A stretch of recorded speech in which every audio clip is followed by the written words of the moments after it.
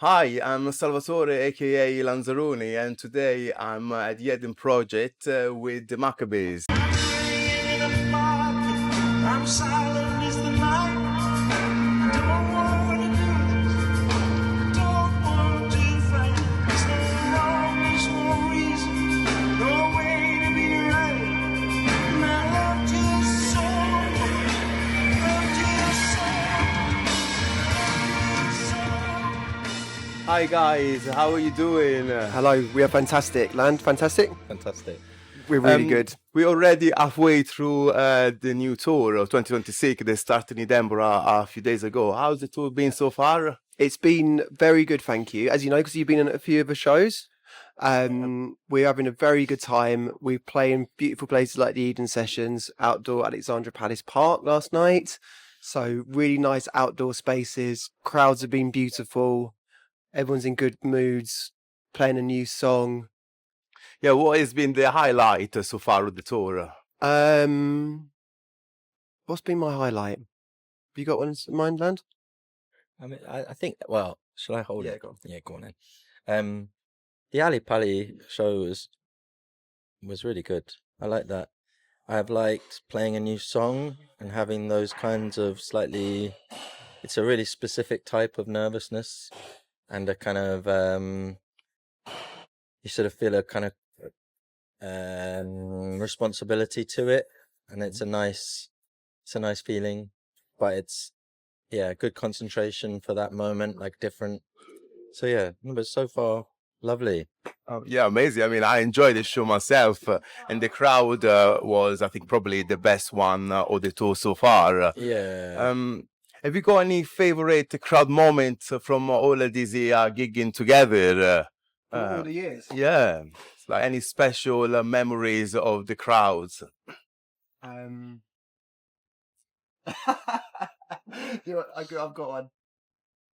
Oh yeah, go on. You go. The one that there's always amazing. But the very cool thing about these shows is that you recognise so many faces from the crowd, but then like some people I just haven't seen for 10 years or whatever since the last Maccabees show. So you are literally reintroducing yourself to each other, sort of from a stage perspective. Ali Pali last night was insane because I saw so many people I remembered from being 20 or their faces, just spotting them in the crowd. So that's been a genuinely emotional and beautiful thing. But over the years, the moment that pops into my head that's always a great Maccabees moment is that the guy that was wearing a green suit that got on someone's shoulders at Glastonbury and Marks to Prove It. And then when the song dropped, and then he took all his clothes off, and then when the band come back in, he dropped to the floor again. That was the best synchronized moment of Maccabees crowd history. Yeah, I mean, that's a pretty sick memory, to be fair. And you've probably seen me as well a few times at the front. Yes. That's probably what Felix was hinting to. Yeah, mate. Always there, man. Yeah. How has it been back together? What was like your favorite thing after so many years being reunited again? I think like when by the time we stopped playing for a while, it just everything was kind of heavier, and now it's that nice, the kind of familiarity that is really light and very uplifting and funny and sort of fraternal and sort of comforting, and so it's. I suppose that answers the question. Yeah. Yeah, of course. Yeah, it's a great answer. I mean, especially, the fraternity part of it, it's great when a band is like they're all friends to each other and they get along very well. Yeah. So you've hinted you played a few songs at Edinburgh for the first time, the Ballad of So Long. You also hinted at another song called She. It is in the making. How has been making new music? I think we sort of owe it to being together. I think like last year was such a we did it the right way, I felt, and then for us to start coming and carrying on doing this, to just keep playing, to not kind of test ourselves in this area of like making some new stuff, it would have felt like we weren't. I don't quite know what the word is. I just feel like we owe it to ourselves and to Maccabee fans and to give it a go, but without any pressure beyond trying it. And it's nice to just feel that you have to talk to each other in a way that has been really like, just remember the delicacy that you have to. It's not like, yeah, you have to exhibit so that you give everyone the kind of time that they need to get their heads around things, because everyone's strengths and weaknesses push and pull in different ways. But it's been very nice, and yeah, the ballad song's sounding great, and she wasn't quite there, but it's good enough that we didn't want to sort of burn it by playing it at 65-75% and it not surviving the tour, you know. So yeah, I mean, that's understandable. And has the writing process changed since the making of Max to Prove It, or you kind of using the same approach? Professional. Sorry, Lan's gonna mute his phone. The writing process. Well, it's changed in the sense that we're all over the place now. So Lan lives in Lisbon. We've all got lots of different things in our lives. So, and we're just kind of working out. To be honest with you, how that's all gonna land. You know, we've got some good ideas, and we put some music together for this tour. And then the rest of it is a question mark, really. So I'll be able to answer that question better for you in a year's time, when hopefully we've compiled more. But for now, it's just like, if we can get one or two songs in the ring and play them in the show, will they feel like part of that collection of music? Will it feel like the next chapter? Will the audience receive it? Will it feel good to us, you know? And we're sort of ticking yes to all those boxes at the moment. So that's where we're at. Because you, as you said, you're now living like apart. How does it actually one song come together? Like it's like a remote process, or you got it together and it can be different. With Battered, Land had the original song, like all bits of the music, and then we've been sending it back and forth, and then took it into the room, and then it developed more and more, and but different songs develop in different ways, really.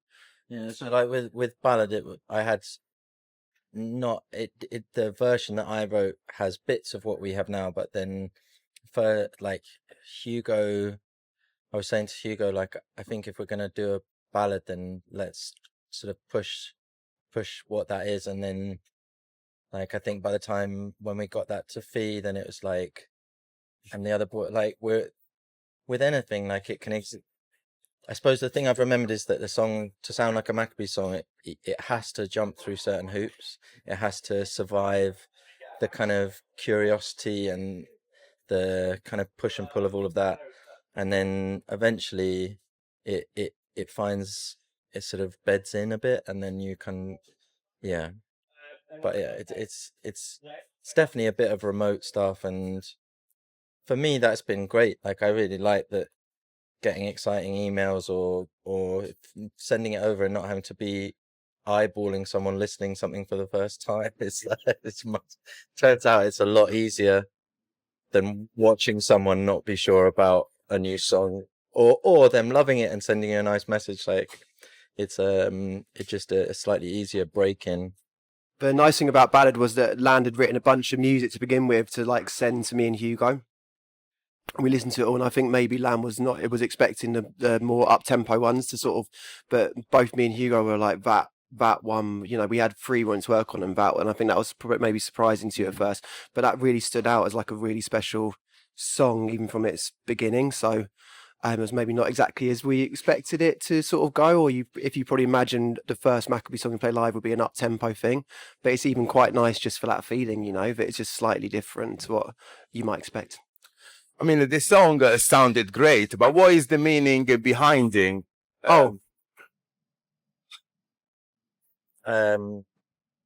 What does it mean to me personally? I mean, it's a love song. So okay, and moving on to the other song that you mentioned, like you said there is a 60-70% ready. Do you think it might be ready towards the end of the tour, or? or maybe we need to expect a bit longer for that. That 40% is going to have to happen very quickly if it does, because we've only got about 2 weeks left. So we'll wait and see. There's a week between this gig and the next one, I think, in Bristol. So we'll see what pops up then. Okie dokie. Yeah. You also been, still doing your side project. As all these years apart, working on different things influence the way you now play with the Maccabees, or you recording new music, etc., or you keep like the Maccabees a bit more separate? No, I would say so. Whilst I've been away from Maccabees, a big part of playing live has been finding musicians and putting a band together for certain things, because I haven't toured a lot, but when I have toured, I've needed to find people and put them together, and like it has given me a greater appreciation for just how the kind of patience that when with Max we'd been together forever, so you just don't have the hindsight, and then you work with people and you see like you have to sort of maintain a kind of it's not really patience, it's like it's trying to comprehend the problem solving that is happening at all the different places on a stage all at once, and in rehearsals and in the run up to the gig and all of that. And just to have, I'd never been in any other band, so I only knew the dynamic as that is the dynamic. And when you get to work with other people, to reassess those dynamics and reassess the problem solving and the competence and the sort of like how much people care about things and the way they express that and the way that they control that emotion and that adrenaline and all that kind of thing, and your place in all of that. If you've only have one experience of that, it's very enlightening to be around other people and to see, and that makes you reassess. It's made it a lot easier, I think, to just sort of sit in everyone's emotions again, even though I know them all so well. It's been really helpful for me anyway. Yeah, I don't know. That was great answer. And you got a big catalog of amazing tunes, and in this tour you brought back a song you haven't played for a long time, such as Young Lions. And you also hinted during the rehearsal that you've been trying to rediscover and play loads of other songs. Has any plans to play any other old tracks? There are some songs rehearsed, but because of the nature of the gigs and the sets and stuff like that, it does like a lot of stuff needs to be in place. I know that you and Sarah behind the camera there would like different songs that you're occasionally shouting at us, but like you kind of have to have a template of a thing to feel right, and then move some pieces in and out. So we'll wait and see. There are some ideas to pop some new things in, I think, in Bristol, and some new. So we'll see what happens there. Okay, I'm excited. Yeah. I'm coming to Bristol as well, so I'm looking forward to it. And over the years, you also brought on stage like some special guests, such as Florence and the Machine, Mystery Jets, Jamie T. Yeah. What is it like to bring on stage like an additional guest? Yeah, good. Normally the people that you mentioned, people we've had songs, are people we've got have quite long histories with.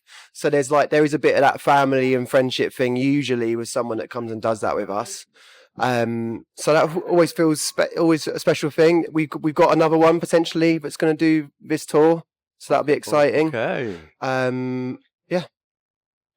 And is anybody that you like to bring back on stage without, maybe if you can mention the person, like even in the future, even hypothetically, Who'd we like to do something with? to play with? Yeah. There are people that it hasn't quite worked out with. I remember we wrote something and I really wanted Jimmy Somerville to sing on it. Yeah. And I still listen to him singing and think like I love listening to him sing. Actually, there's a band playing today, Tummy Ache, and I think we might have, like, I don't know, I think she sings amazing. So maybe them. I mean, Willie J. Healy. Willie. Oh yeah, always. Yeah, I don't know. You have got a great lineup of artists to support you during this tour, and such as Tammy Ake that is playing tonight, Chartreuse, Mystery Jazz, everything. The list goes on and on. And how did you choose these artists? So last year we had at All Points East, we put like the best festival we could possibly imagine. Like almost everyone did that. So it was a real like Maccabees. It almost felt like Reading Festival for a day or something, like back in the day, at All Points East. So this year it's been a bit about getting some acts that weren't involved that time. Because they were away, or because exactly, yeah, like Yeah. People that couldn't do it last time, for whatever reason, some availability matches, and then just made the whole thing feel basically like we've built up an understanding really that the people that come to Maccabees gigs, by and large, like have a similar taste to us and the music that we like as well. So you can put on acts that we might have played in 20 years ago, or new things. Tommy Ake and Tom Smith, for example, being one. We've had West Side Cowboy, Chartreuse, newer acts, and just do that classic thing of introducing people to music they might not have heard, and it's working beautifully at the moment. Yeah. Are there any artists in particular that you haven't seen live yet among these artists that you're looking forward to see in particular, or you managed to catch them live? Yeah, I'd never actually seen West Side Cowboys, so that was cool. And then that was great. I can't wait to see Tommy Ake. I've been listening to them. My friend Ed put me onto them, and then yeah, I was looking forward to hearing them. Yeah. And yeah, some other bands like Everything of like one of my favorite bands of all time. Oh wow! So there's a number of those groups. We're going on after Primal Scream at Truck, all those kind of things. The Cribs, obviously, that's just really great to be able to do that. Yeah, it's a dream. Yeah, I'm looking forward to see them as well because they're one of my favorite bands as Yeah, well. I've got one final question for you. You mentioned that you're working on new music and now this tour is happening. But what's next for the Maccabees? What can the fan expect? So yeah, we're going to go away after these shows, get back in our little rooms, sending us, music and stuff like that. And then from what we've done this year, just feel like very slowly but surely put together a bit of music, it feels like. So there's going to be a collection of music, whether that turns into an album in a year or who knows. But there's going to be building on, because it's always been that thing of like that curiosity of what would the fifth chapter of the Maccabees be, and and the really cool thing about what the Maccabees have done is that I think every record we made is definitively of its own. A lot of groups that I really love, like kind of make their record first and then they're almost chasing that from that point on. But I feels like every Maccabees record we've made has sounded different in the age we were at a particular time. So that's the exciting thing about taking on what this would be, because it would be where we're at now. But other than that, we'll wait and see. That's very exciting. But so, if I understood it correctly, you're not giving yourself any particular deadlines. No, I don't think so. That we've learned from the past, but that's just then you end up making 5 years longer than it when you would have done. Yeah, we're just happy as we are for now. And the fans expect any more like tour dates in the future? Oh, yeah, it feels like it, but nothing that we've got locked in. Okay, but, thank you. We're having a great time. Thank you very much for this chat. I'm looking forward to see you on the other side of the barrier. Mate, thanks again. Thank you so much for spending all the time watching Maccabees gigs, man. I can't wait. Perfect to see you timing. again. Meets up. Yes. Thank you.